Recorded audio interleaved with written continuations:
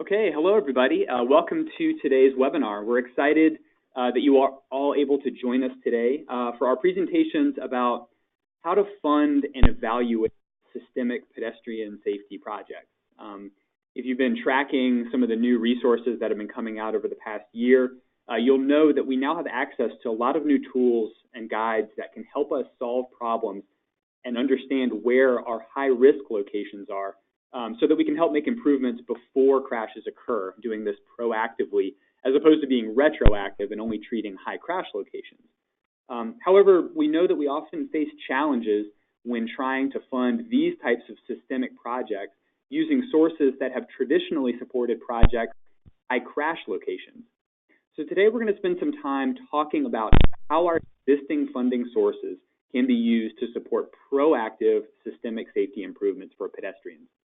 This webinar is supported by the Federal Highway Administration's Office of Safety through a program led by VHB and the UNC Highway Safety Research Center that provides training and technical assistance to the FHWA designated pedestrian and bicyclist-focused cities and states. My name is Dan Jaleen, and I will be facilitating the webinar today. I would like to introduce you to each of the panelists who we have joining us for the presentations today. First is Tamara Redman, who is the Pedestrian Safety Program Manager in FHWA's Office of Safety. She's managed the program for 19 years and develops tools and technology that help practitioners improve pedestrian safety. Recent accomplishments include the development of a pedestrian and bicycle scalable risk assessment methodology that you'll hear about a little bit today, and a bikeway selection guide that just came out that we'll be doing a webinar on a little bit later in the month of March. Karen Scurry is also joining us. Karen is a program manager with the Federal Highway Administration's Office of Safety as well. Her primary duties involve activities to support implementation of the Highway Safety Improvement Program, or HSIP, and promoting the use of crash modification factors in the transportation decision-making process. We're also joined by Tracy Turpin. Tracy has over 30 years of professional experience as a transportation engineer with the Virginia Department of Transportation. He has served in a variety of roles during his distinguished career and is currently the Highway Safety Improvement Program Project Delivery Manager for the agency. Tracy is responsible for the successful programming, funding, evaluation, and overall delivery of the HSIP project in Virginia. We're also joined by Alyssa Guggenauer, who is a Senior Transportation Safety Project Manager for VHB, with 16 years of experience in safety program development and implementation, data analysis, and multimodal design. She works with state and local agencies throughout the country to implement data-driven approaches and best practices to improve safety. We are grateful to have all of these panelists with us today, and we have some excellent presentations to share with you. I'd like to go through a bit of housekeeping items to share with you today before we get into that. You'll note that if you have any issues with your audio, with your connection, we encourage you to shut down the webinar, log back in. You should be able to pick up where you left off. If you have webinar issues, I'd encourage you to send me notes in the comments and questions box. I'll respond to those as soon as I'm able to. If you have questions related to the material that we're covering, questions for our panelists and for the discussion period, please send those in at any time. I'll respond to some if I'm able to, but we are holding about 30 minutes at the end of the presentation day to get into some discussion period and answer your questions. So stay tuned for that. We'll try to wrap up with about 30 minutes of discussion. When the webinar ends today, you're going to be receiving a few things by email. One is going to be a link to our archive page.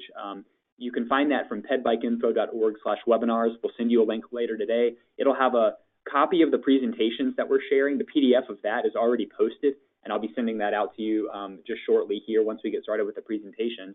So you can follow along with the presentation if you like. The recording of the webinar will be added to our archive page within 1 to 2 days, so you'll be able to check back the video recording and refer to anything you may have missed, as well as links to other resources that we'll be referring to today.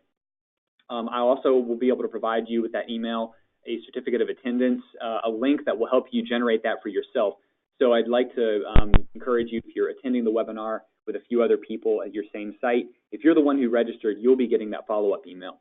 So keep an eye out for that and make sure to share that link and that email with the other people who are attending with you. We also have submitted this webinar to the American Institute of Certified Planners, AICP, for certification maintenance credits. So if you're used to claiming CM credits and you're a planner, check their event calendar. You should find the webinar posted there to carry 1.5 CM credits today. I'll answer more questions as we go along if you have them. If you want to stay up to date with PVIC on all of our webinars that we deliver, we have several more coming up this month. I mentioned a webinar on the bike facility selection guide we'll be doing later in March. On March 12th, we're going to be doing a session on the safe transportation for every pedestrian program and using some of the tools provided by FHWA to improve crossings and safety for pedestrians there. So stay tuned for those. You can find them all at pedbikeinfo.org/webinars or our various social media channels if you're tuned into that. I want to lead off this webinar with just sharing a bit of information about two tools that we now have at our fingertips and are available to us to help us make risk-based safety analysis decisions. So two methodologies that are now available to us that have come out in the past year. One is from NCHRP, the National Cooperative Highway Research Program Report 893, and the other, Tamara will share some information about the Guide for Scalable Risk Assessment Methods for Pedestrians and Bicyclists. Both of these have been covered in a couple of other webinars, but I wanted to share some brief notes on each of them here. This NCHRP report is available, Report 893, Systemic Pedestrian Safety Analysis. It really was a part of a long project, a detailed project to develop this guidebook for providing some analytical methods to help agencies identify different roadway features, behaviors, and other risk factors that we can associate with pedestrian crashes, how to find those risk factors across the network, and how to treat those risk factors to make improvements for pedestrians. Within the guidebook, you'll find several key pieces of guidance, including a step-by-step process that I'll show you in a moment, but really providing a bit of overview to the systemic safety process as we know it and what kinds of risk factors we might be looking for. Really some good examples contained within this guidebook as well, and the appendices, some real case examples of agencies that have applied this methodology and variations of it to make better decisions about treating their networks and making safety improvements proactively. So I've included the link at the bottom of the slide. You should be able to access that. I'll send it out to you shortly as well. This is a view of the 7-step process that's recommended in the guidebook for a systemic pedestrian safety analysis. So there's a lot of really good detail here on how you can do this analysis, what data you would need, what types of risk factors are out there, and what types of countermeasures you can use to address pedestrian safety in a systemic fashion. There's another guide as well that I'd like to ask Tamara Redmond to share a bit of information about the scalable risk assessment methodology. So Tamara, whenever you're ready. Thanks, Dan. So as Dan mentioned, and we had a previous webinar about this, I think back in October, Federal Highways has developed a scalable risk assessment methodology, and that's a standardized approach to estimate pedestrian and bike exposure to risk. So what came out of that was the Guide for Scalable Risk Assessment Methods for Pedestrians and Bikes. And there's also a spreadsheet tool that I'll share a link to later that you can use when estimating risk.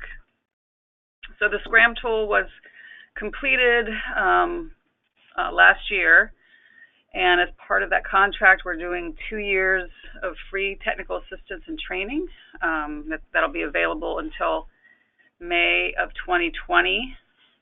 We've pretty much filled up the training request, and we're at our capacity for that, but there is still some free technical assistance left to communities that are interested. Can you move to the next slide? Dan? Oh, thanks. Yes. Sorry. Okay. So as part of, I just want to give a little overview of what's in the guide. It basically outlines an 8-step process, and this kind of shows you an overview. The first step is determining the use of your risk value. The second step is selecting the scale. So you can look at point, segments, network, and regional scale. And then selecting a risk definition. And, here we have observed crash rate, expected crashes, or additional risk indicators. And then step 4 is selecting your exposure measure. So distance traveled, time travel, volume, trips, and population. And then step 5 is selecting a method to estimate exposure. So you can either do it facility-wide or area-wide. And then step 6 is using analytic method to estimate selected exposure measures. The same, facility-specific or area-wide. Inputting any other data into the spreadsheet tool, and then step 8 is calculating your risk values. And the guide walks you through the whole process of doing that. Next slide, please.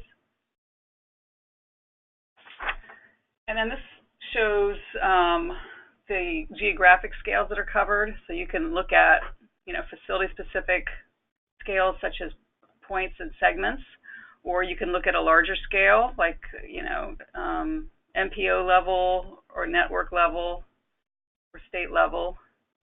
Can you move on to the next one, please? And the exposure tool basically takes what's available in the National Household Travel Survey that Federal Highways does and the American Community Survey that's put together by the Census Bureau, and allows you to use that information to come up with exposure numbers. Next, please. And then these are the websites you can look at for there was also a literature review that has synthesized a list of methods for estimating risk, and that's included here, the guide itself, and also the exposure tool that you can download from that website that's mentioned. Excellent. And that's it. Thank you very much, Tamara. And I hope everyone, and I will send out some links to these tools in just a moment. I hope everyone has a chance to take a look at those and understand those methods a little bit better. Our challenge today is really to shift our focus and really talk about, if we can figure these analysis methods out and we can hone in on these locations, how do we go about actually justifying and claiming, funds to use to actually make these improvements? And I know that that's a sticking point where we've heard from a lot of agencies on what funding sources are available to help these projects. And so we'll get into that in just a moment. I do have one poll question that I forgot to launch earlier that I'd like to take right now, and then we'll move on to our presentations. And this is really just for us to ask you about how many people are attending from your site today. This is a poll we like to ask during our webinars, just to get a sense of how folks are attending and viewing the sessions. So please just take a few seconds and vote in this, and we'll close it up as soon as a few more people have voted. Just a few more seconds or so, we'll move right into our presentations. All right. Thank you all very much. I'm going to collect a few more votes, and then we will close down the poll. All right, thank you all very much. We're going to turn things over now to Karen Scurry to get us started with our presentations today. So Karen, keep an eye on your screen and you should see it come to you, and all set up and ready to go. Thank you, Karen. Great, thank you, Dan. And hi, and good morning, good afternoon to everyone. It's great to see so many folks interested in funding and evaluating systemic pedestrian safety improvements. When Dan first reached out to me about presenting today, he asked me if I could dispel the myth that HSIP can't be used to fund systemic projects. And so not only can I do that, but I can show you that states are in fact using HSIP funds for systemic projects. And so this map here shows you the percentage of HSIP funds that states are spending on systemic projects as reported in their 2017 HSIP reports. And you can see that on average, states are spending about 40% of their HSIP funds on systemic projects, and that ranges from 0 in 2 states and up to 99% in 1 state, which is very interesting. And I know that even though Texas and Massachusetts are reporting 0% in 2017, I know Texas funds some systemic improvements with state funds, and taking a quick peek at Massachusetts' 2018 HSIP report, I could see that they are also spending HSIP funds on systemic improvements. So HSIP funds can in fact be spent on systemic safety improvements, so we can dispel that myth right away, Dan. And then I think one thing I wanted to point out here is that while we know they're using HSIP funds on systemic safety, it may not be for pedestrian safety, and in fact, I'd say in most cases it's probably not. I think that this is likely due to a lack of guidance on how to conduct systemic pedestrian safety analysis, and with all of the resources that are coming about in the recent months, like the ones Dan and Tamara just talked about, I think we now have a detailed process and case studies that can feed into the development of pedestrian systemic safety analysis and pedestrian safety action plans, and generate some of those projects. The question turns to, can HSIP be used to support systemic projects? So that's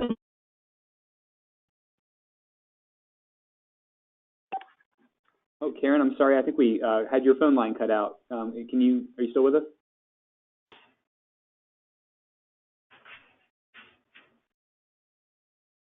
Karen, can you try one more time? I think I may have lost your line.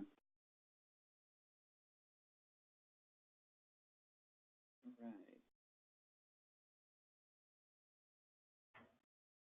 Stay tuned, everybody. We are going to work through some technical issues here, and we'll hopefully get Karen back pretty soon.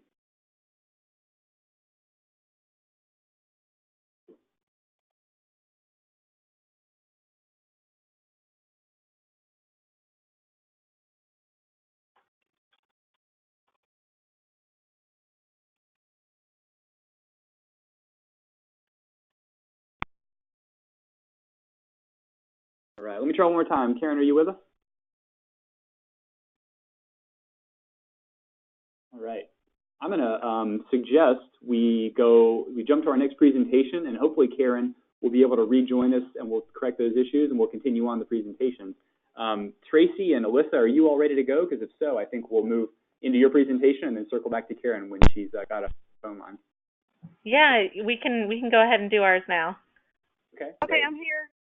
Oh, Karen, that's all right. Let's get it back. What happened?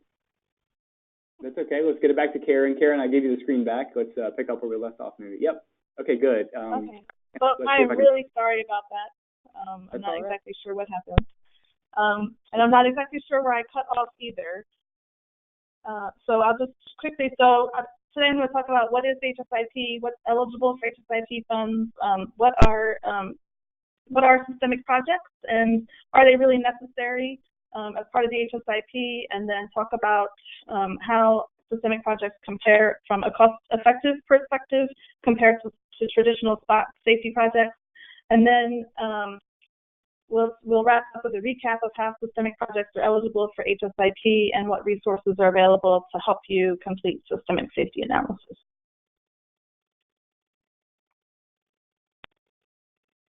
So the Highway Safety Improvement Program is a core federal aid program that provides about $2.4 billion a year to the states with a purpose to reduce fatalities and serious injuries on all public roads. And this includes non-state-owned roads and roads on tribal land. And so there's an emphasis on all public roads here because this is unique to HSIP. Other federal aid programs, so the HSIP is like other federal aid programs in that it is a federally funded but state-administered program, which means that Federal Highway establishes the general requirements, and then each state develops and implements the program that best meets their needs, which, as you can imagine, results in 51 different state HSIPs. So the things that they do have in common, though, is that they're all based in strategic safety planning, which then guides a data-driven roadway safety management process that identifies a program of highway safety improvement projects. And those projects are typically infrastructure projects funded through the HSIP, as HSIP funds cannot be used for most behavioral type activities such as education and enforcement. So to be eligible for HSIP funds, there are 4 basic criteria for a project, and those include it must address a priority in the state strategic highway safety plan. It must be identified through a data-driven process and contribute to a reduction in fatalities and serious injuries, because that's the purpose of the program. So if a project can meet all of these general eligibility criteria and targets the identified safety issue at that location, then it would generally be eligible for HSIP funds. So we'll talk through each of these steps to give you a better sense of what each means. And then you can also look to the HSIP eligibility guidance, which is linked here on this slide for additional information about HSIP eligibility. I would also encourage you to reach out to your specific state DOT to find out what eligibility requirements they may have, because they may be slightly different than what I'm talking about here.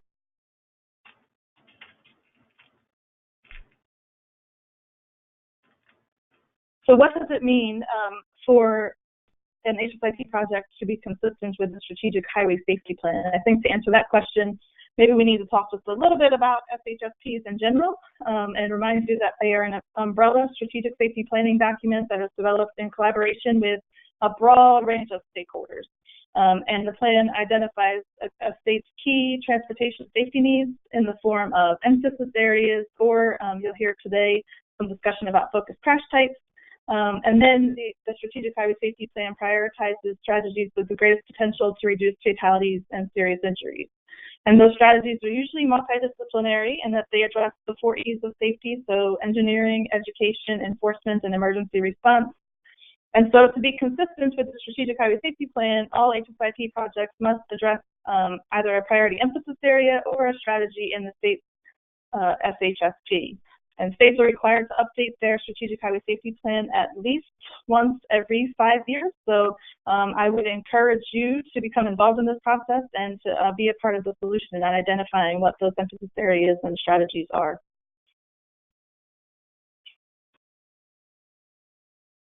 So this map shows you the states that have Strategic Highway Safety Plans with pedestrian-related emphasis areas. And this information is from a database that we maintain, which summarizes like a high-level content in the Strategic Highway Safety Plans. And so based on the information in this database, there are about 37 states that have what I would consider an obvious pedestrian-related emphasis area. And so this might be an emphasis area that's explicitly for pedestrians, or pedestrians may be combined with bicyclists. And then in other cases, pedestrians are categorized as special users, vulnerable road users, or non-motorized users.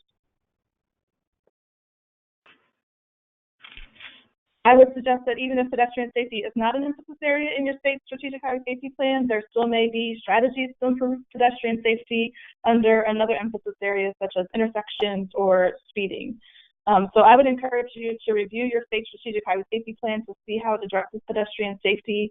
And we have links to all of the state Strategic Highway Safety Plans from our website at the link that is provided here. So this is the first step in HSIP eligibility.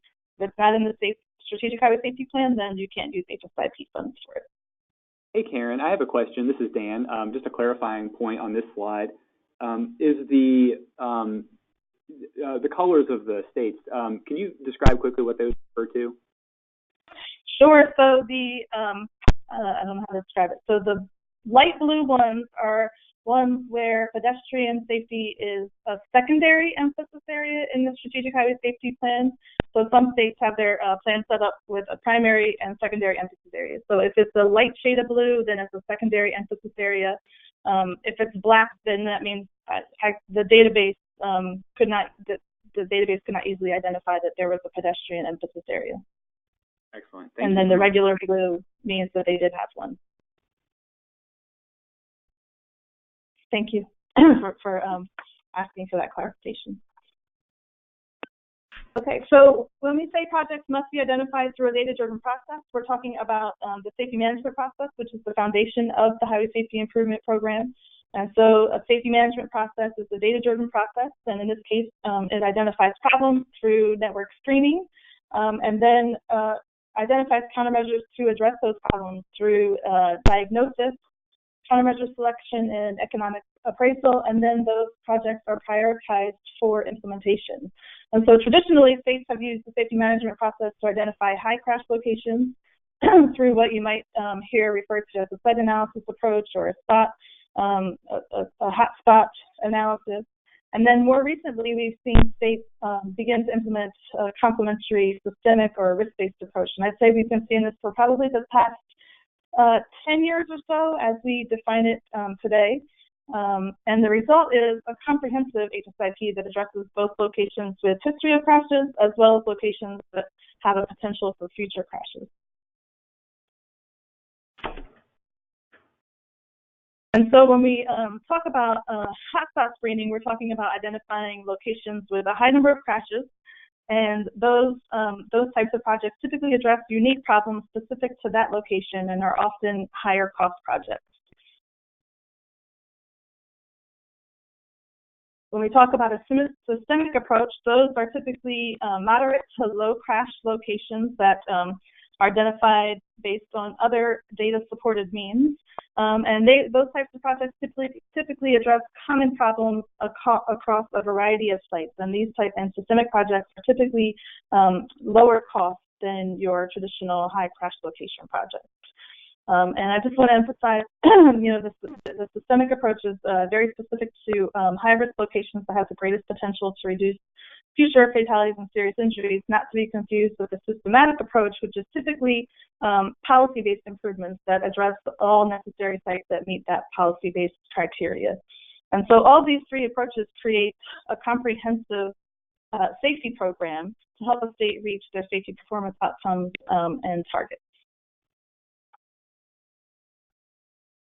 And so when we talk about systemic safety, we define a systemic safety improvement as a proven safety countermeasure that is widely implemented based on high-risk roadway features that are correlated with particular severe crash types. And I have some emphasis on some of the terms in this definition because I think they're very important. The first being the term proven, which means that the countermeasures should have a documented safety benefit. If we're going to be deploying these countermeasures widely across the network, then we want to be sure that they have a demonstrated safety benefit. We don't want to be deploying something widely across the network that we're not sure of the expected outcome from implementing that countermeasure. High-risk roadway features, they help identify the locations with the greatest potential for future crashes, and so they're very important to the systemic safety analysis and resulting projects. And then the systemic approach really helps us to target those fatal and serious injuries, which is the focus and purpose of the Highway Safety Improvement Program. And those fatalities and serious injuries are not often happening at the same location. So it's very difficult to isolate a high crash location when we're just looking at fatalities and serious injuries. Those are typically spread across the network.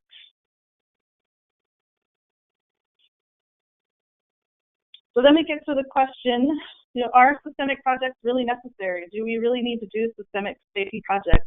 I've heard agencies question whether or not, the systemic approach is a valid approach. How can we justify spending money on locations that don't have a documented crash history when we have locations that do have a crash history? So we'll talk a little bit about why are they necessary? Why are systemic projects necessary? And the first reason is because states are required to have a program that addresses both systemic and spot safety projects. That's the first reason. That's not the most important reason. It's probably the least important reason, but all states should have a comprehensive program of systemic and spot safety improvement projects. That is one of the requirements of the Highway Safety Improvement Program. But beyond being a requirement of the Highway Safety Improvement Program, I would argue that systemic projects are necessary to reach our vision of zero fatalities. Severe crashes are rare and random events, and so it is difficult to isolate high crash locations, as I was saying, and that this map on the right-hand side of the screen is demonstrating the severe crashes jump around from year to year, and it's very difficult to isolate those high crash locations when we're looking at severe crashes. Rather, they typically happen across many hundreds or thousands of miles of roads in the state. So rather than chase fatals, the systemic approach allows us to identify sites with the potential for safety improvement and prevent future crashes from happening. So this graph illustrates a typical distribution of expected fatal and injury crashes at intersections across a state highway network. And so all sites are predicted to have some level of crash frequency, but only a few sites have many expected crashes. Those are the ones that are to the far left of the graph here. And then many sites have fewer expected crashes, which you see as the curve starts to flatten out. And so the goal of the Highway Safety Program is to reduce the area under the curve, in other words, the overall safety performance of the network, which is represented here by the expected fatal and injury crashes at intersections. And so high-cost projects may be a good investment strategy at sites with the highest expected crashes, as shown here as the best opportunity for hotspot projects, because there's a clear opportunity for a large crash reduction. However, high-cost investments do not present the same potential return at sites with lower expected crash frequencies. Instead, an investment strategy focused on low-cost improvements or systemic improvements that may have a modest return on investment per site may be more appropriate to address sites with lower expected crash frequencies. One of the things that I find most interesting about this graph is that I think it very clearly demonstrates the need for a comprehensive safety program. We can't have just a program solely based on hotspot projects, or we'll never address those locations that have lower expected fatal and injury crash frequencies. And then on the other hand, if we have a program that's fully focused on systemic projects, we'll never reach those expected fatal and injury crashes on the left side of the spectrum. And so a comprehensive safety program would include elements of both hotspots and systemic projects. And we often get questions from folks about, what is that appropriate balance of funding between hotspot and systemic projects. And we do have resources that I'll talk about at the end of the presentation today to help agencies determine what that balance of funding might be.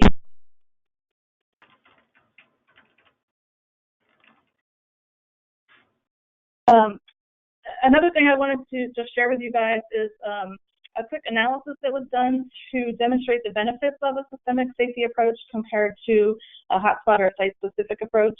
And so this is just a sample problem, and let's just say that you need to reduce total crashes at intersections in your jurisdiction, and you're given a budget of $3 million to reduce as many crashes as you can. How do you spend that? So first, we'll look at the site-specific planning method. And so you identify 3 intersections with 10 to 20 crashes per year. So you propose installing roundabouts at these 3 locations.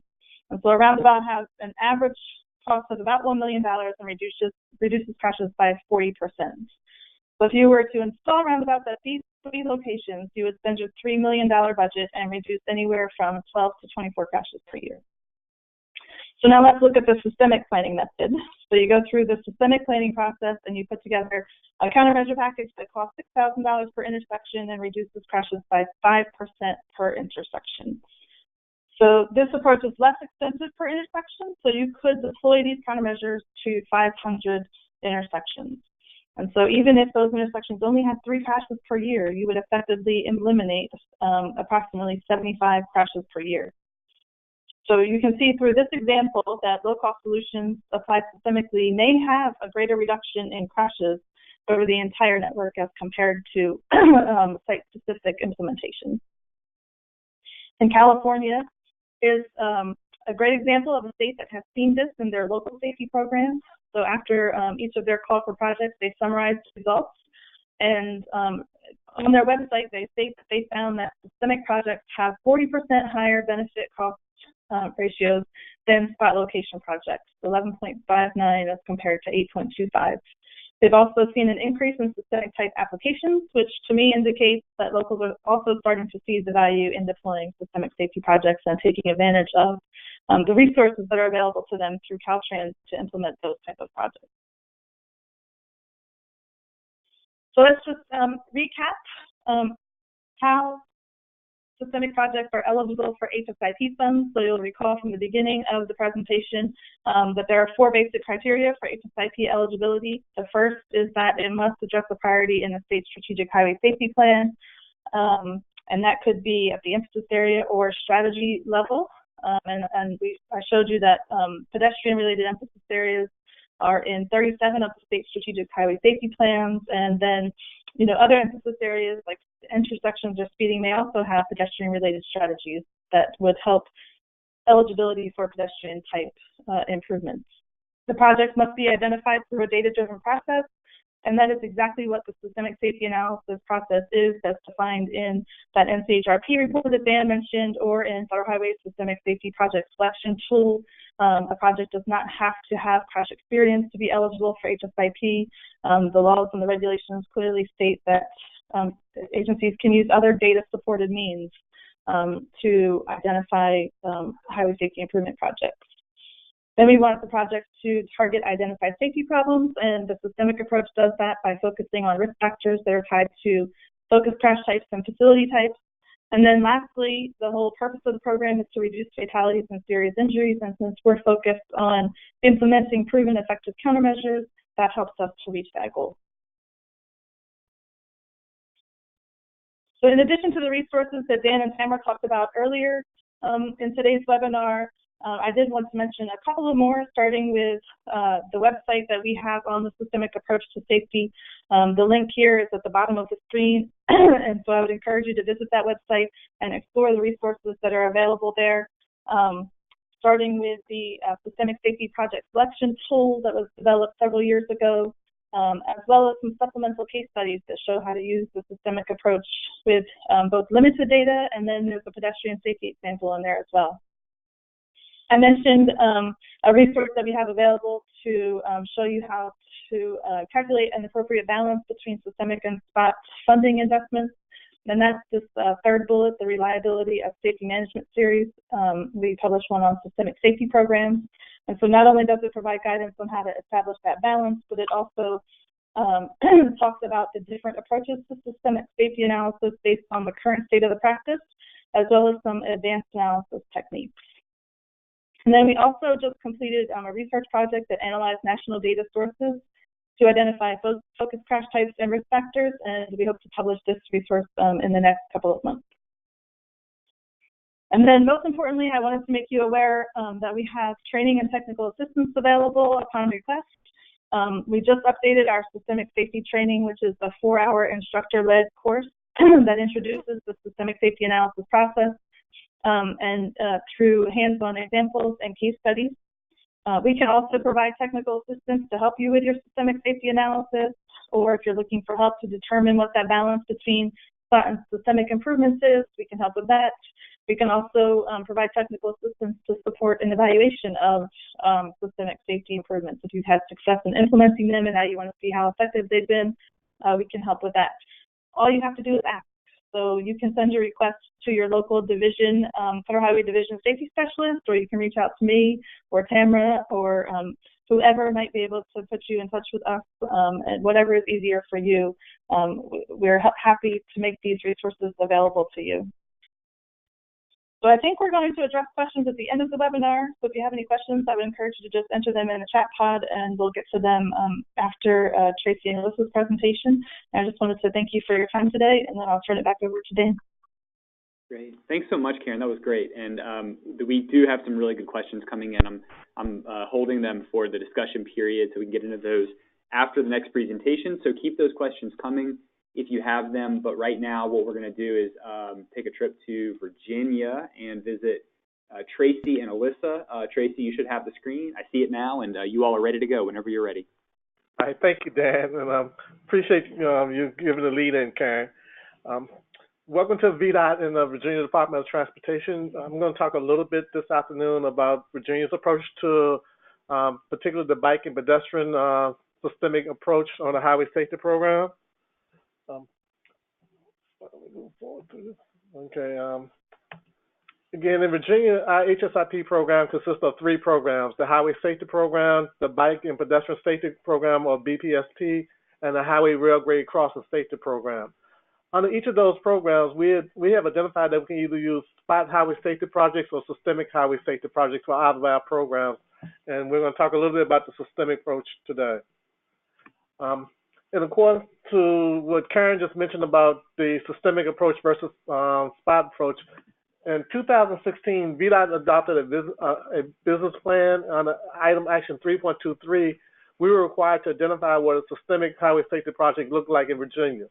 And being consistent with FHWA, we also defined that a systemic highway safety project consists of lower cost or high benefit highway safety countermeasures that are deployed over multiple higher risk roadway locations to address a particular crash type, and typically have a lower cost safety countermeasure range between $1,000 to $100,000 per treated location in Virginia, as opposed to our spotted highway safety projects, which are projects that deploy a safety countermeasure at a single location or along a single corridor on our highway network, and costs range anywhere between $100,000 to up to $10 million range in Virginia.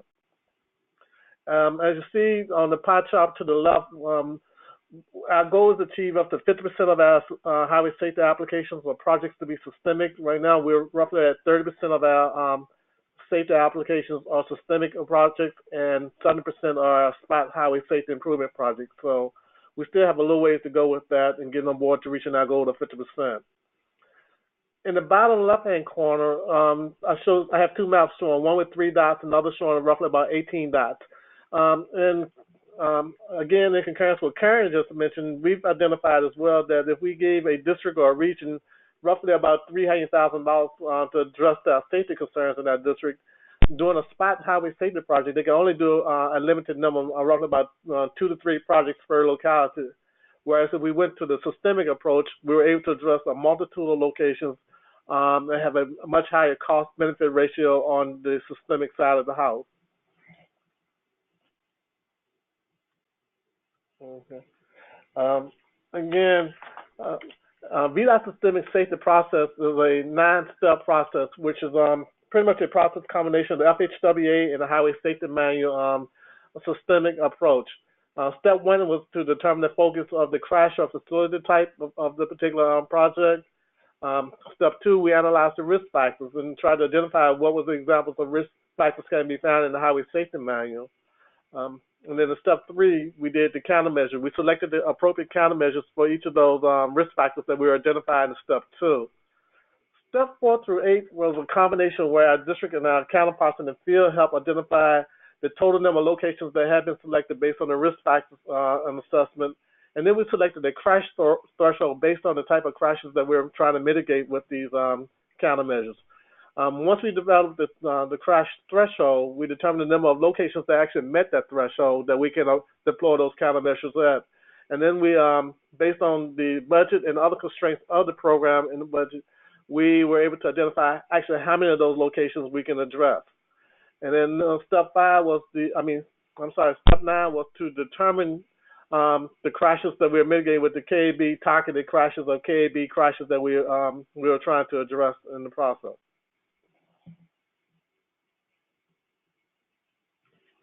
In 2016, VDOT went to what we call a one-stop shop for VDOT, which is basically for any grant application process in Virginia.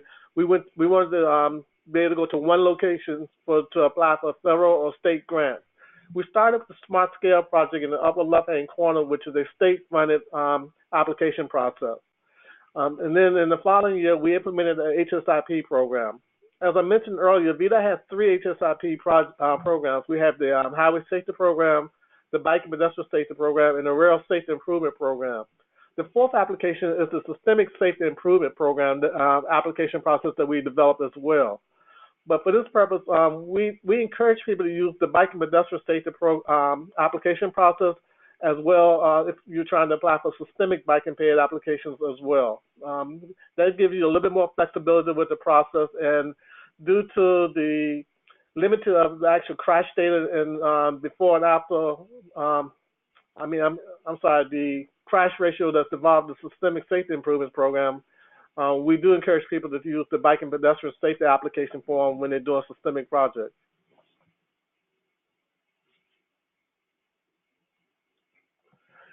And this is what your systemic bike paid application looks like. It's a straightforward application. There are 8 components to the application that we require. Okay, we have 8 pearls up there. The first one is your general tab, which basically acts for just project information about who submitted the application, your locality, your district, the name of the contact person, things of nature like that. And then we go to where we want the location of, what city or locality or county that you want to implement this project in. So we actually identify that just general upfront applications. The next 2 pearls are the bulk of the application process that we look at. One is the problem identification, where it's very critical that our applicant fill out the exact problem that they identified and what they're applying for using the systemic program. And then also for the next pearl was the proposed improvement of the project, which means that we want you to spend time filling out the information on exactly what improvement that you're applying for. those two pearls are critical because that is based off of what we say the data-driven part of this application process. We need data to support what you're applying for and what improvement that we're trying to address with those improvement types. The other pearls are your project schedule. Your project schedule and cost, along with we ask for local support and supporting documents so that we can actually vet these projects out for you. To continue with the bike and pay application, here's just a sample ton of questions that we asked for the application. The first one is problem identification, like I mentioned earlier. The first question that we asked is this is part of our Pedestrian Safety Action Plan, or PSAP, as we talk about. Is it a hotspot or in a priority corridor? Alyssa's going to talk a little bit more about our PSAP later on in the presentation, but this is something that's new to Virginia. We started it last year, and we've had an overwhelming response to that. The second question that we were asked about your problem identification, though, is like document the risk exposure that you have with these particular locations, the type of crashes that we're trying to address. Any crash data you have, we'd like to know date, time, frequency, type of crash. All those should be addressing your safety proposal. Again, like I said earlier, the proper identification is one of the critical components of this safety application right here, because based on that, it's going to determine how we score your application, whether it be eligible to receive funding from this year's safety program. The next pearl we talk about is the proposed improvement. Again, this is another critical component that we like to discuss is how is the safety proposal going to address the non-motorized safety issues that we're trying to address? Like, for example, are we going to eliminate barriers for non-motorized travel to destinations? We're going to provide multiple access points. These are things that we need to identify on the application to help us make a determination on the eligibility of your program or your proposal. The third is proposal schedule and cost. Okay. It's critical to us that we have a detailed cost estimate and proposal for your application when the applications are submitted, because once a project is submitted and based off the cost estimate and the schedule, we program those projects according to what was submitted on the application, and there's very little flexibility for us to go back and adjust those schedules and costs at a later time. So we encourage our applicants to work with their design engineers and our staff to determine the most appropriate cost that they can come up with and the best schedule that they can in delivering these projects. And the last part of the application I'd like to talk about is the need for local support. These projects, because of the limited crash data and the data that we have, we'd like to have as much local support as possible when we get these applications in on the project, so that we want to know that we got buy-in from the citizen support, your local government, or county official. Sometimes we get state and federal officials to give documentation and support of why this is a worthwhile safety need for the systemic approach. So we talk with our regional planning agencies, and we get board resolutions. Sometimes we get letters and petitions from churches, schools, and other organizations to help support or foster the need for these safety projects.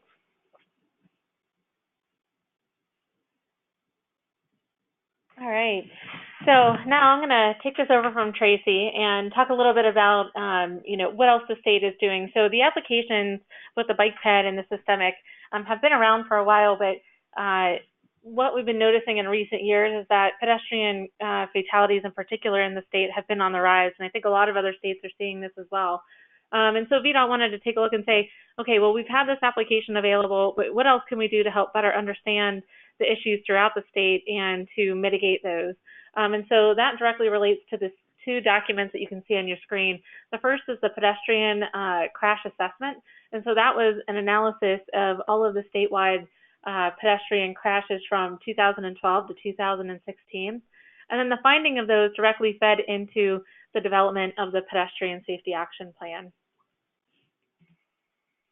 Oh, hold on, going the wrong direction. Oh, whoops, hold on. Which? Okay, sorry. Okay, sorry about that. Going the wrong direction here. So just to give a snapshot of what's going on in Virginia, in 2017, 234 vulnerable road users died, and that was about 27% of all traffic deaths. So what we know in Virginia is that, and for other states as well, is that For vulnerable users, if they're involved in a crash, they're more likely to be to result in a serious injury or fatality. All right, so the goals for the Pedestrian Safety Action Plan, I want to highlight a couple of these. So to better understand the pedestrian safety concerns throughout the state and identify countermeasures to address those concerns.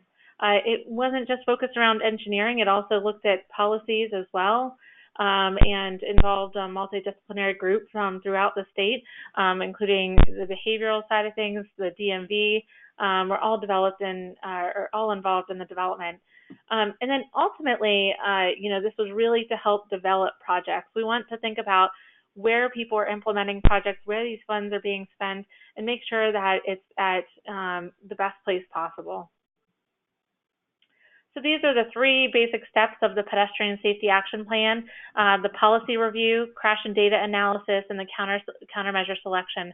I'm going to focus a bit more on steps 2 and 3 today. So the first part of this, and I'm glad Karen mentioned this before, is sort of having this well-rounded approach, and that's what we used for the plan as well. So identification of these crash clusters throughout the state. But we know that in particular for pedestrian crashes that there's a lot of underreporting for pedestrian crashes, so we didn't want to rely on these alone, and we wanted to make sure to think about it as in a systemic way as well. So we did that through the development of what were these priority pedestrian corridors. And so in order to develop these, we went back to the statewide crash analysis that was developed and used that to help understand the risks associated with pedestrian crashes and see how we could identify those through a GIS-based analysis. So I just wanted to highlight just a couple of these here really quickly, but there's a lot of analysis that went into that to understand the risks. So, some of the things that we looked at were the intersection types, pedestrian crashes by facility and crossing type. These all really fed into the analysis. But there was other aspects as well. So, we wanted to understand the demand, where people wanted to go and why, how land use can impact pedestrian crashes as well. So we started to come up with a wish list of available data throughout the state. At a local scale, there's a lot more of these data sources that are available, but it can be very difficult on a statewide scale to gather these. So, as time goes on and more data is available, this process can be refined even further. But again, we used some land use factors, looked at some destinations, we looked at speed. So the check marks are the ones where we were able to get the data for it. The empty boxes are where we were hoping to get data for these, but couldn't get it at a statewide scale. So the next iteration, as the pedestrian safety action plans, we go back and see how progress is being made. More of these data elements might be available. So, again, I said we did this as a GIS-based analysis, and so we were able to sort of identify a lot of these corridors, or snippets of corridors throughout the state. So what you can see here is a section of Hampton Roads, Virginia, and some of the different coloring of the corridors related to some of the scorings. So that top sort of purplish, pinkish color was the top 1% of scored road segments, and the red color was the top 10% of road segments. And so what we did is we started to weave these together by corridors that had a lot of segments identified on it, both in the top 1 and 10%, but then also rank them with their total scoring. So what you can see is this was a product of that. So in Norfolk, Virginia, Virginia 194 was identified as a priority corridor because it scored highly and it had a lot of different segments identified throughout this section here.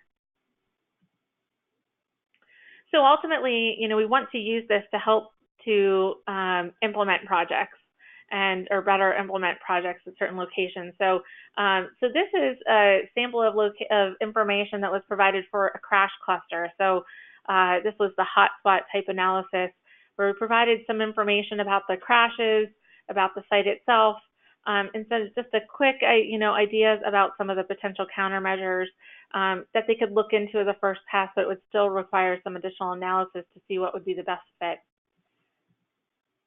Similarly, we did this for the systemic analysis as well.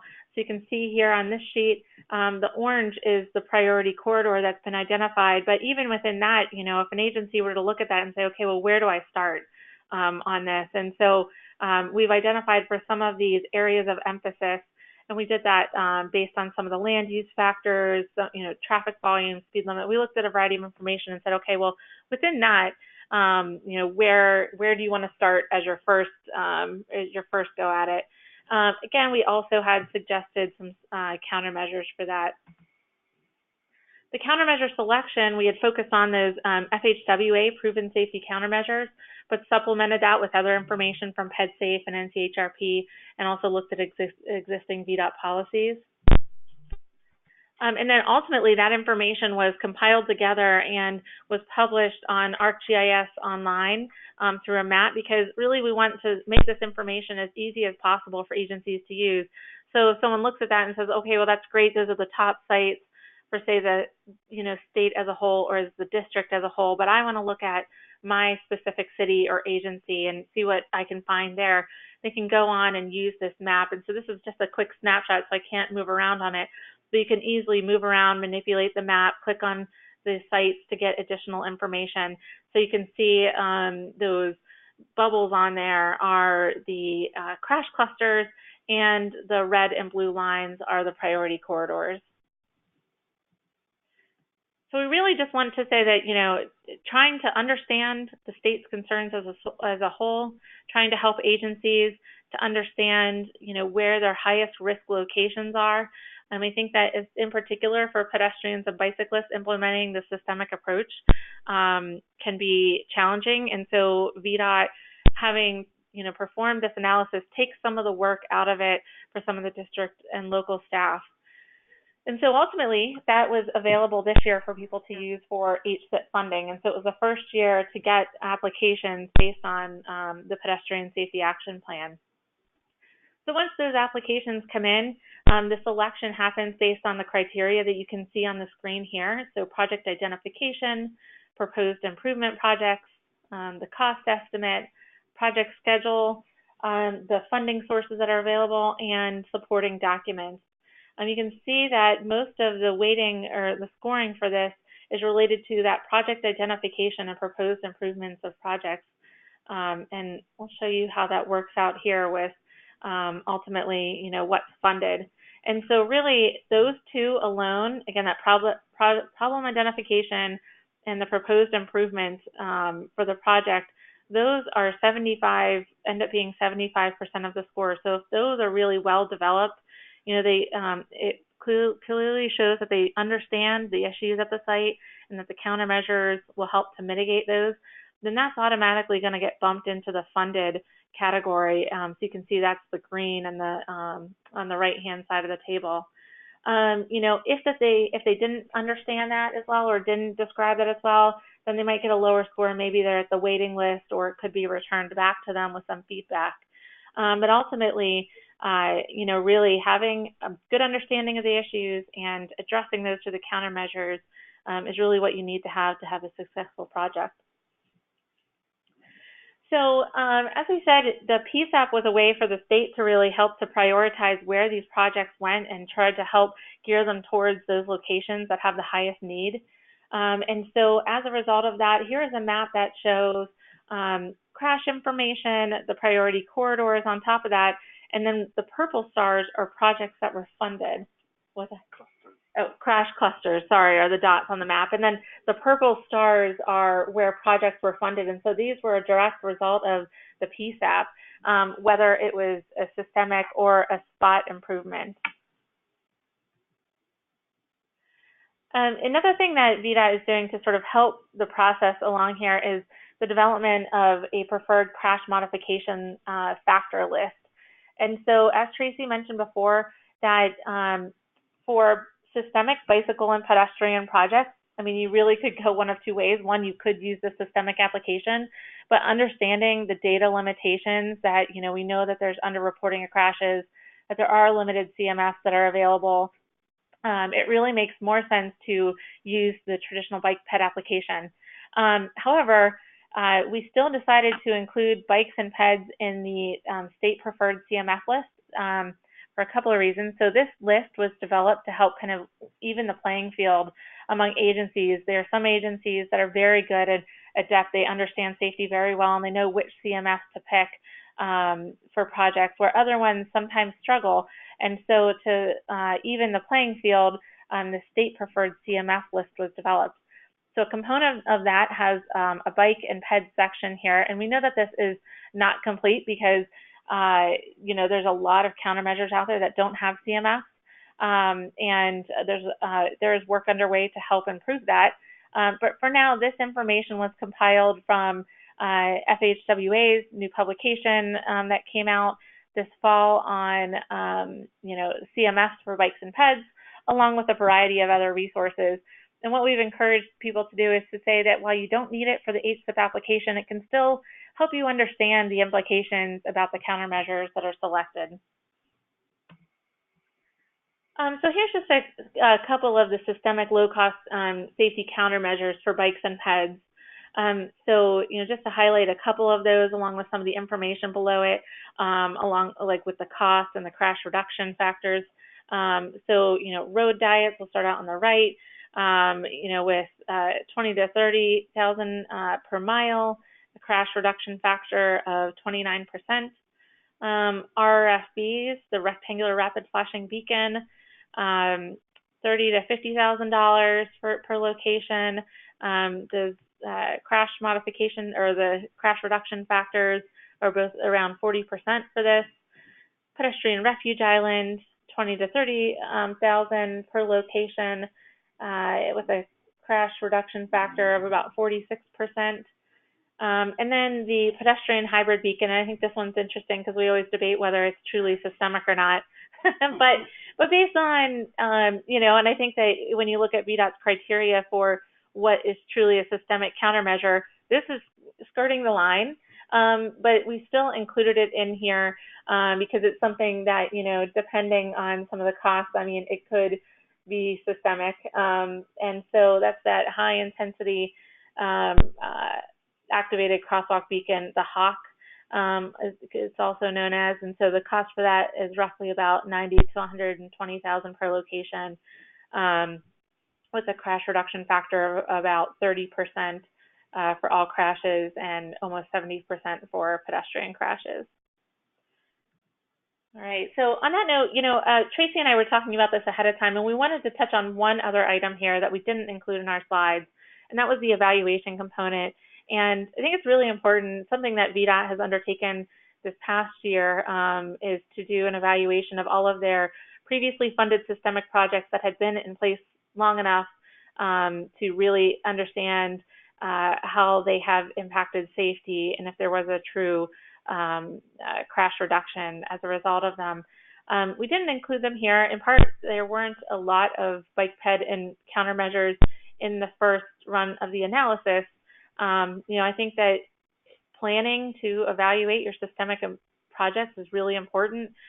We have personally kind of found some lessons learned through the process ourselves, and are going to sort of continue to tweak and grow as the analysis is furthered every year.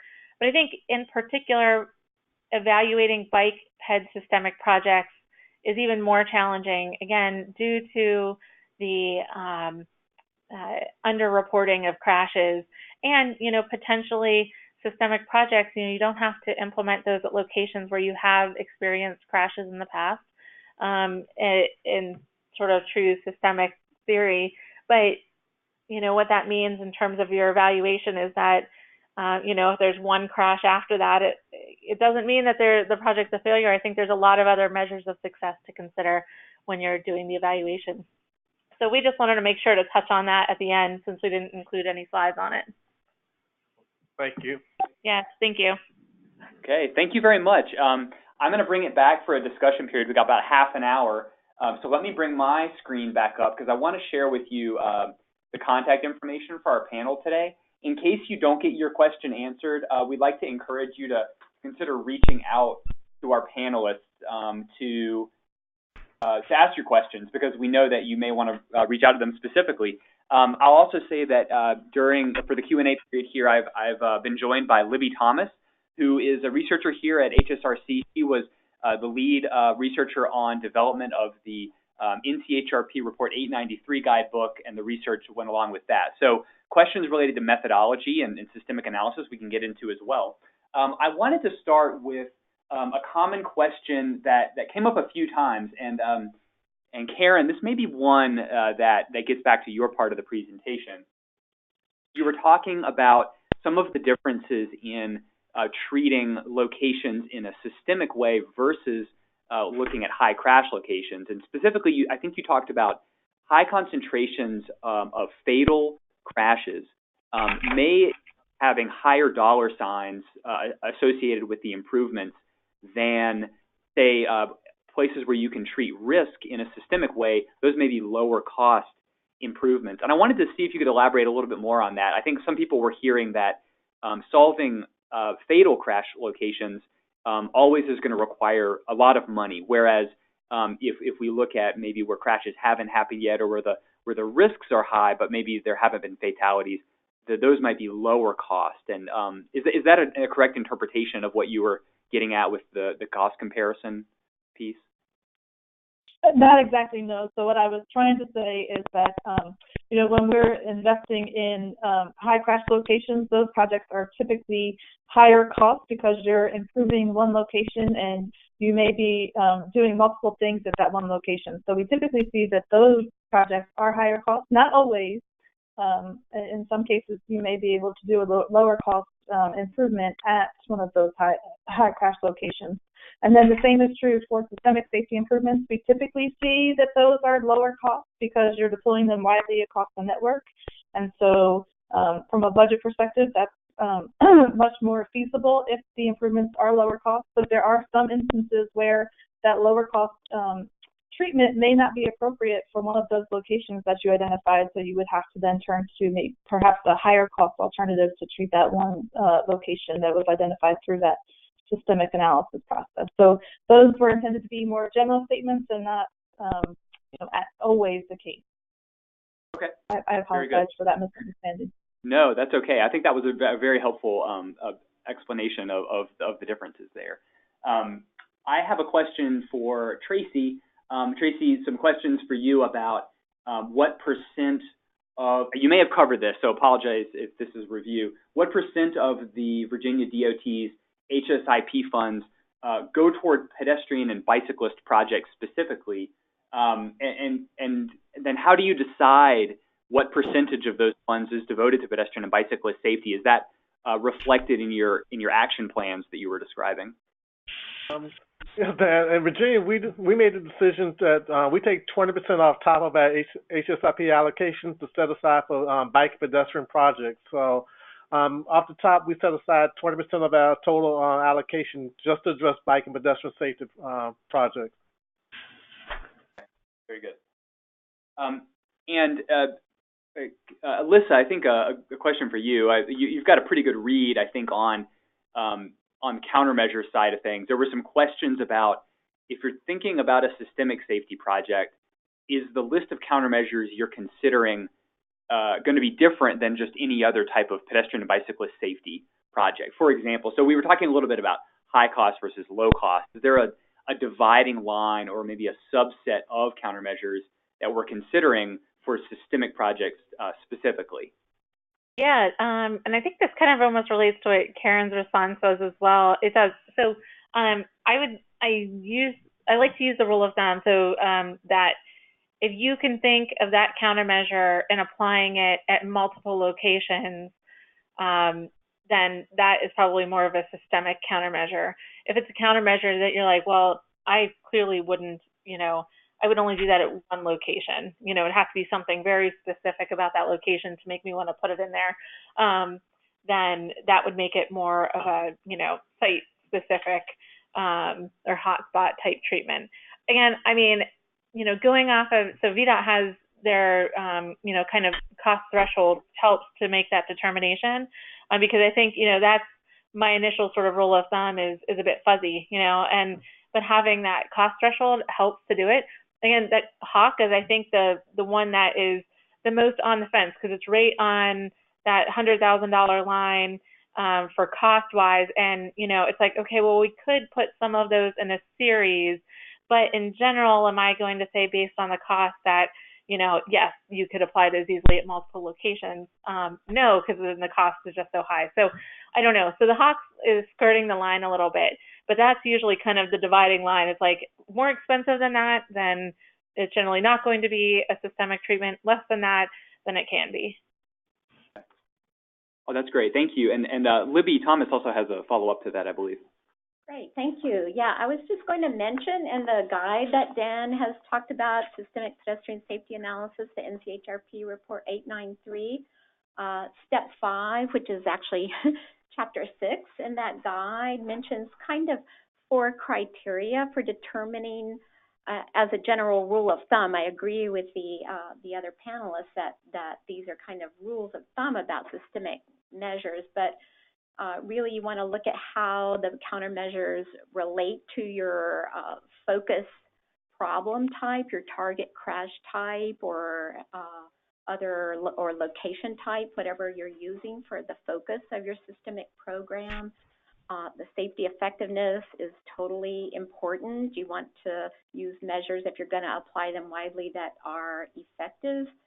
The cost is a consideration, of course, but it shouldn't be the overriding consideration, since some measures that may cost a bit more may have a more durable effectiveness, design, and things like that. Finally, feasibility for application widespread basis would be another way of thinking about it. If this measure is going to be appropriate in the kinds of contexts that you see in your jurisdiction and where your problem is prevalent. Thanks, Dan. Yeah, thanks.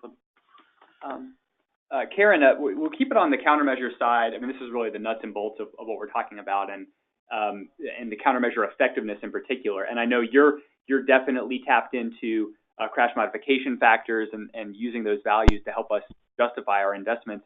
There are quite a few, as you know, pedestrian and bicyclist countermeasures that do not have associated crash modification factors as proven through research. And so we get a lot of questions about how can I develop or maybe use those countermeasures as part of my maybe BC ratio or my calculations for cost benefit. And how do you typically respond to that question if there's not a documented CMF? Is that kind of keep it out of our use in terms of an HSIP project?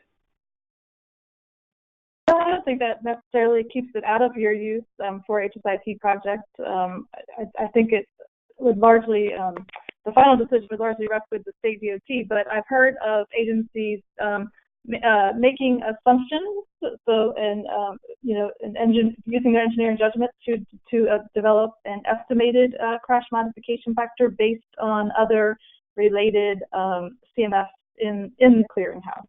So an example that comes to mind is I think the NPO here in North Jersey, I think they were looking for a CMF for curb extensions, if my memory is right, and they couldn't find one, and so they used a site distance CMF to help them estimate the expected benefit of that treatment. And so that's one option if you really need that scientific data to feed into that benefit cost ratio. Okay, that's great. That's good to know. Yeah. I was just going to ask Tracy. Tracy, in Virginia, how would you go about answering that question? What do you all do if there's not a CMF associated with that countermeasure? Does that how does that play into your HSIP funds use? Right.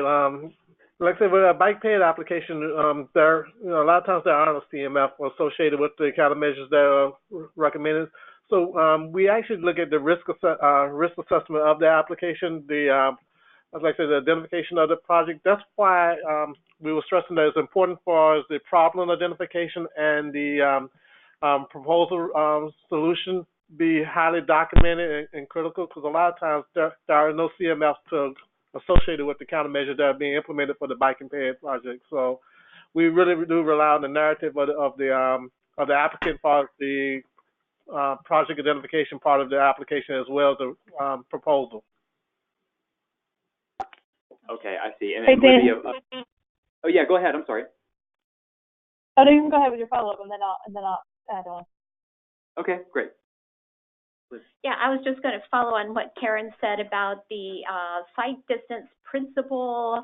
I think that's a good rule of thumb to apply knowledge of safety principles relating to exposure, crossing distance, traffic speed and volume, and things like that.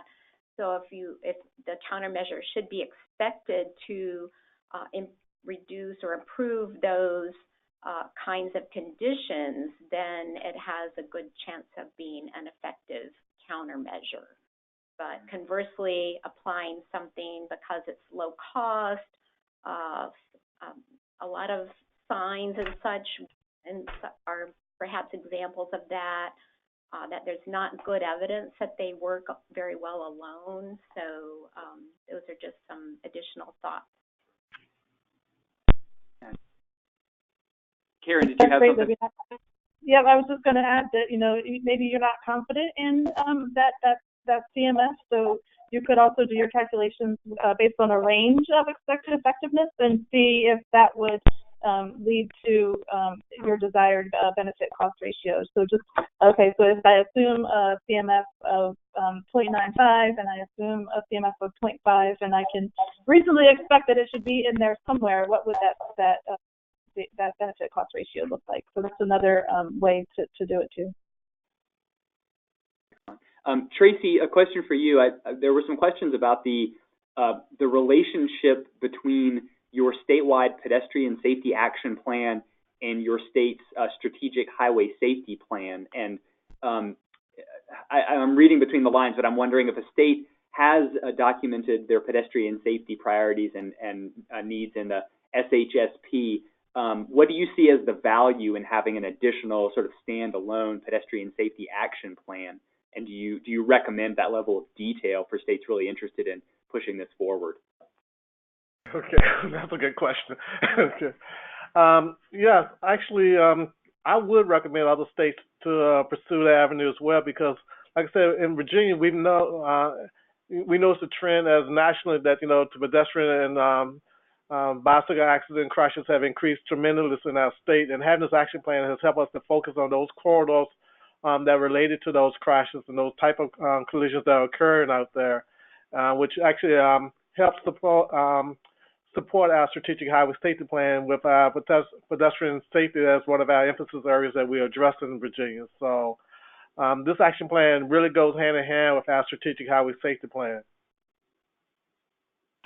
Okay, very good. Yeah, thank you for clarifying that. I have a question for Libby, and this gets to the methods we're using to conduct the systemic analysis.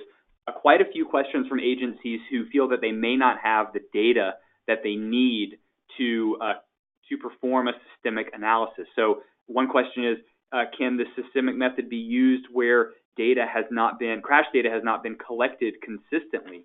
And another asks, how can local agencies without roadway characteristics inventories develop systemic safety plans? And I'm sure you've got these questions before. Do we have enough data to do this, or should we invest in improving our data before we start? And how would you respond to those questions, Libby? Mm-hmm. I would certainly encourage you to get started compiling the data. It is certainly a challenge to develop a systemic analysis if you don't have the data either on the types of crashes or on your roadway and other types of facilities. At the same time, if you refer to many of these documents and resources that the panelists have talked about, you can identify commonly identified risk factors. Again, NCHRP report identified a lot of risk factors associated with intersections and with segment or mid-block types of crashes. So you can use this knowledge base tempered by local knowledge as a starting point for understanding some of the risks that might be present on your network. There are two kinds of problems. You may not have enough crashes to analyze if you're a small agency or a small community. So that is where maybe states, regions can, smaller local agencies maybe work together on a regional basis or even a statewide basis toward developing an analysis or the types of data needed. So that's one approach. Another approach would be, if you are a small community, to basically perform some kind of area-wide road safety audits and just get qualitative data. And at the same time, you can start compiling data for your network to see what's going on out there. So it's not so systemic in terms of you can't sit at a machine and analyze it, but it's a way to take the principles of systemic safety and looking for these kinds of risk factors across your network, and then thinking at the same time what types of treatments may be appropriate at a number of these different locations. I better stop talking right now. There are a lot of other ideas about ways you can do this, but again, there are a lot of risk factors identified from the literature, and ways to get started on compiling the data you need. So I encourage you to start doing that. Yeah, and I would just add to what Libby said is to explore the appendices of the Report 893 and some of the case examples, which contain quite a few of the risk factors that other agencies used. And I think letting yourselves be inspired by some of those risk factors and using some of those in your own context could be a way to move forward.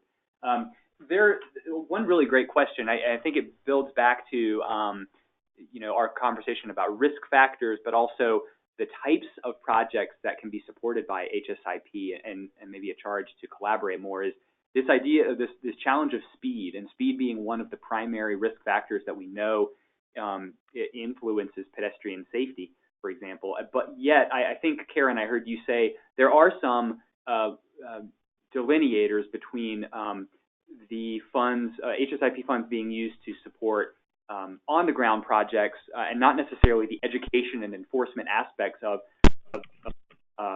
programs, yet speed is one of these issues that bleeds across from the built environment to behaviors. And so I want to ask you about some of the methods that you've seen be successful maybe in using HSIP funds to address the risk factor of speed and speed management, sort of from a built environment perspective. Yeah, so Dan, I don't know that I have any good examples of speed-related projects funded through HSIP, but if they are infrastructure projects, they are certainly eligible, like traffic calming type projects. They are certainly eligible for HSIP funds. It's just the non-infrastructure behavioral activities, the education, the enforcement type activities are not eligible for HSIP at this time. Yeah, and that makes sense. It speaks to the complexity of speed and sort of the role of the environment versus the role of the user behavior. And so I might shift that question to Tracy and your experience in Virginia. Among all the projects that you're supporting under this systemic safety approach, how is speed captured in some of those? Is speed management an HSIP funded kind of program, or do you kind of look to your behavioral safety partners to help you tackle that issue? In Virginia, we look at our behavioral safety partners to tackle that more than part of the HSIP. We do consider it, but like I said, again, in Virginia, it's handled with our partners more so than VDOT.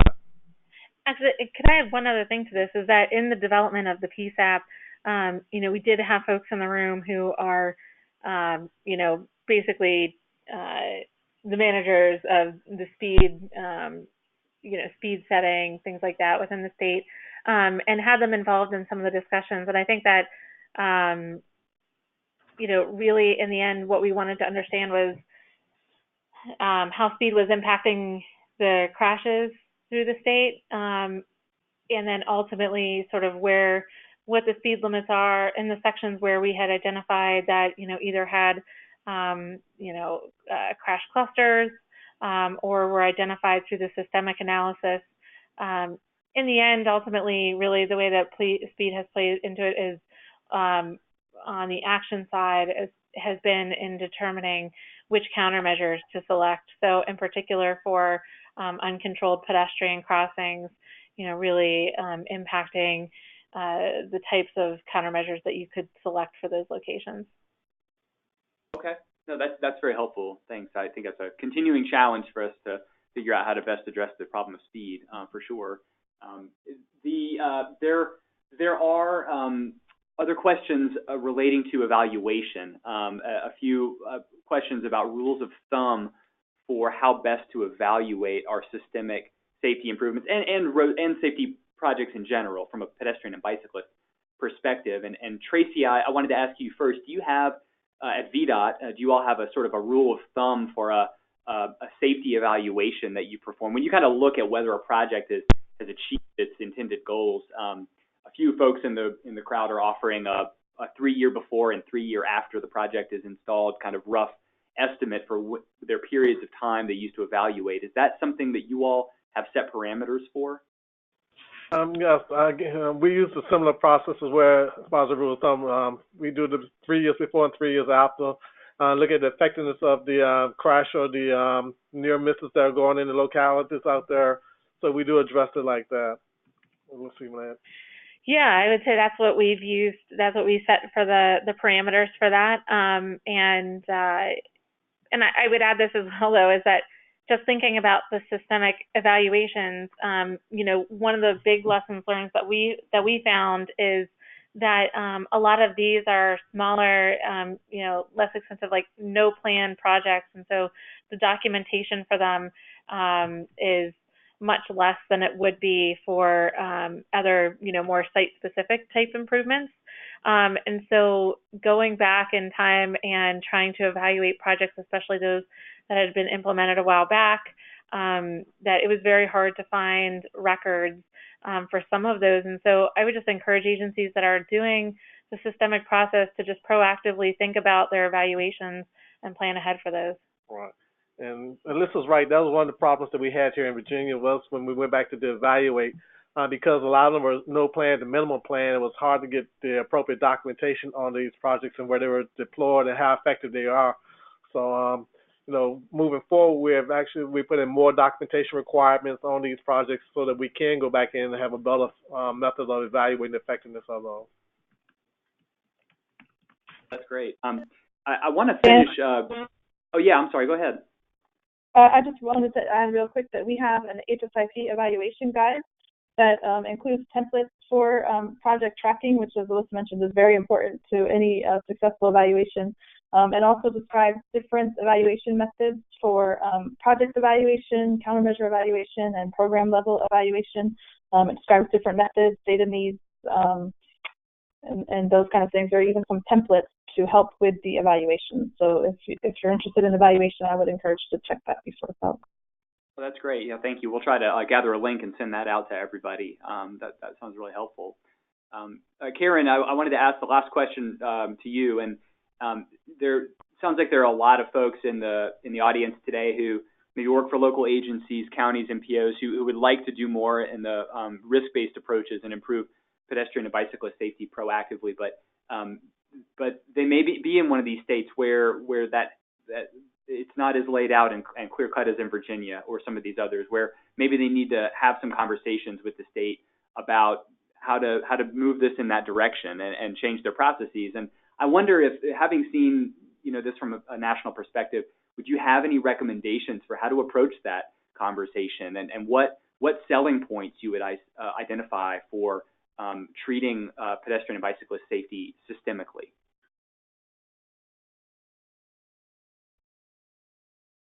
But yeah, that's a good question, because I know it is a struggle in many agencies. I think that the first step is to have the state share the funding with the local agencies, and we're seeing more and more states move in that direction. So if you can get there, then I think the types of projects that are eligible would follow, and there are some great examples of states.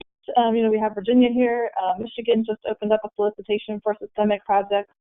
California accepts systemic projects. So I think just showcasing these other states as an example of how these types of projects can be successful would be a good starting point to have some of those conversations with the state DOT.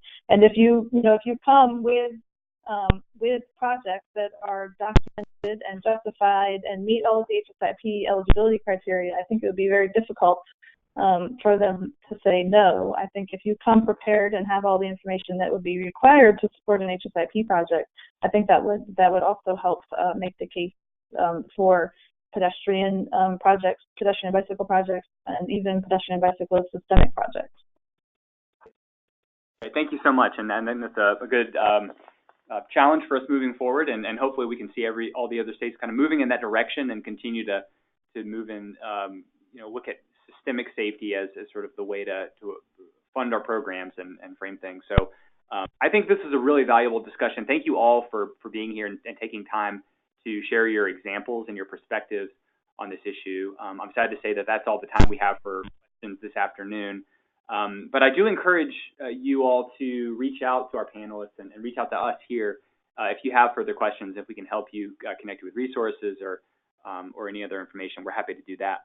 I want to remind you that you'll receive an email from me later today in about an hour with a link to our archive page for today's webinar, instructions for downloading your certificate of attendance, and some other pieces of information. I also want to let you know that when you leave the webinar today, you're going to be greeted by a brief survey. We'd appreciate any time you can spend providing your feedback to us, maybe providing some ideas for what we should cover in future webinars. We might see you at a webinar we're hosting later in March, so take a look at our schedule. I just want to extend a big thanks again to Tamara Redmond, Karen Scurry, Tracy Turpin, Alyssa Guggenauer, and Libby Thomas for helping with today's presentations and discussion. And thanks to all of you for attending today's webinar, and we hope to see you. Thank you very much.